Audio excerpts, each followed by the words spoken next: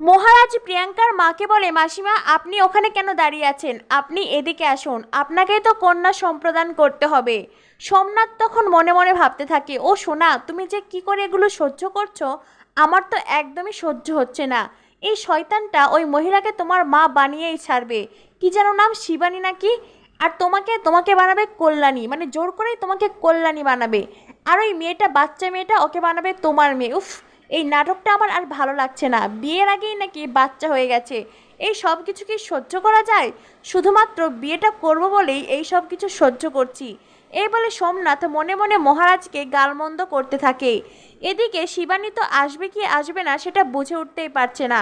তখনই প্রিয়াঙ্কা বিয়ের মণ্ডপ থেকে শিবানীর কাছে এসে বলে, আসুন। এই বলে শিবানীর হাত টেনে শিবানীকে বিয়ের মণ্ডপে নিয়ে যায়।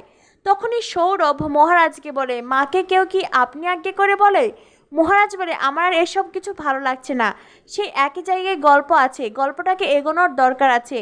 তখনই পূজারিনী বলে, আমরা আবার ওদের কোনো ফাঁদে পড়লাম না তো? সৌরভ বলে, ভাই আমার কিন্তু পুলিশের চোখ, সন্দেহ করাটাই স্বাভাবিক, আমার কিন্তু বিষয়টাকে একদম ভালো লাগছে না।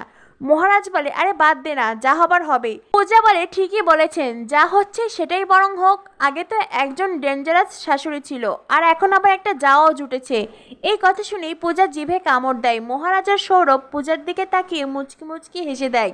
পূজা বলে, আমি খুব মন্দ কথা বললাম তাই না, সরি। মহারাজ বলে, হয়েছে হয়েছে, মহারানীর আর সরি বলতে হবে না, এবার চলুন দেখি মণ্ডপের দিকে। এরপরেই তারা সকলে মিলেই বিয়ের মণ্ডপের দিকে এগিয়ে যায়। এদিকে একে একে বিয়ের সমস্ত নিয়মকানুনই পালন হচ্ছে।